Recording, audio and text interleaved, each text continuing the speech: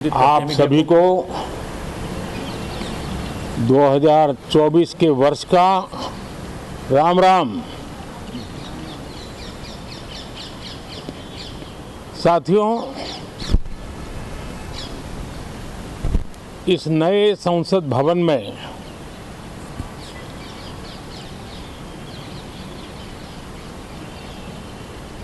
जो पहला सत्र हुआ था, उसके आखिर में इस संसद ने एक बहुत ही गरिमापूर्ण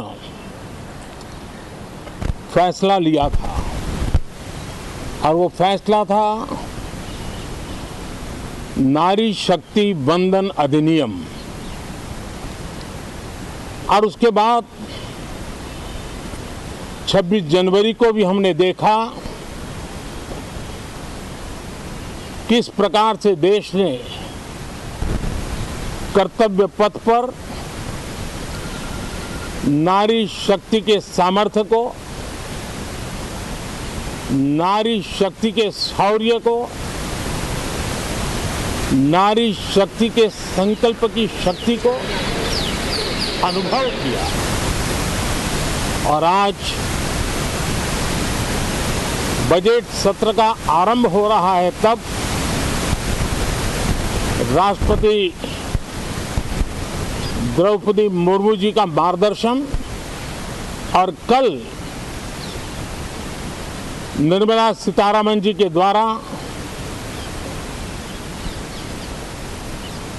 इंटरिम बजट एक प्रकार से ये नारी शक्ति के साक्षात्कार का पर्व है। साथियों, मैं आशा करता हूं कि गत 10 वर्ष में जिसको जो रास्ता सूझा, उस प्रकार से संसद में सबने अपना अपना कार्य किया। लेकिन मैं इतना जरूर कहूंगा कि जिनको आदतन हुड़दंग करने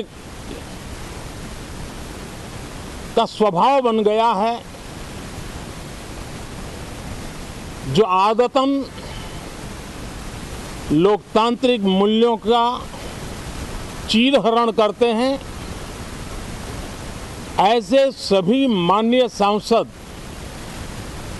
आज जब आखिरी सत्र में मिल रहे हैं, तब जरूर आत्मनिरीक्षण करेंगे कि 10 साल में उन्होंने जो किया। अपने संसदीय क्षेत्र में भी 100 लोगों को पूछ ले, किसी को याद नहीं होगा,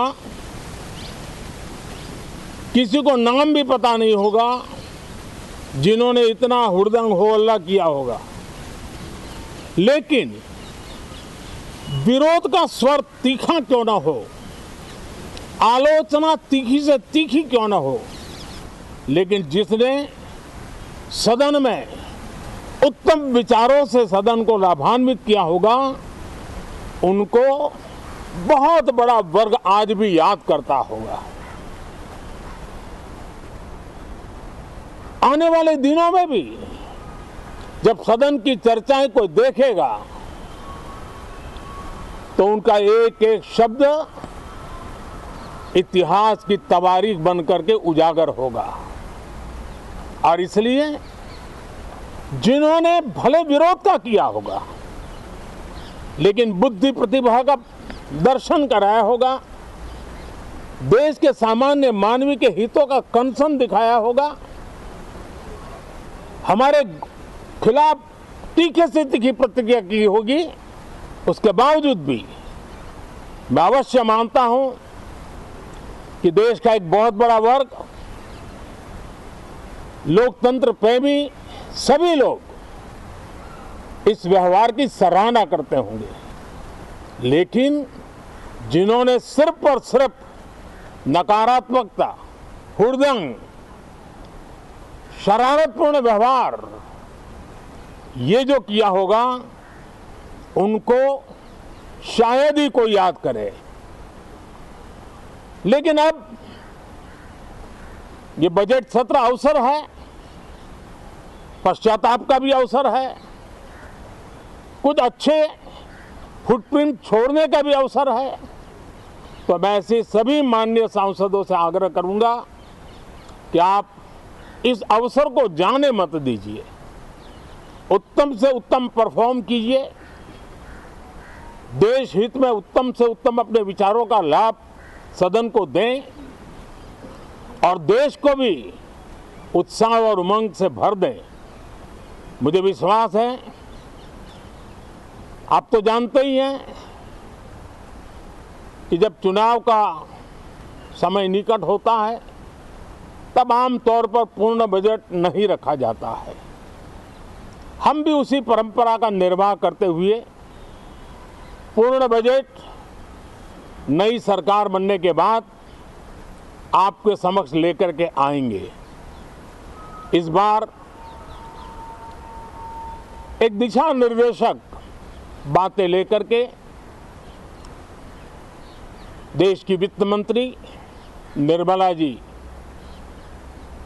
हम सबके सामने कल अपना बजट पेश करने वाली है। साथियों, मुझे विश्वास है कि देश नित्य प्रगति की नई नई ऊंचाइयों को पार करता हुआ आगे बढ़ रहा है।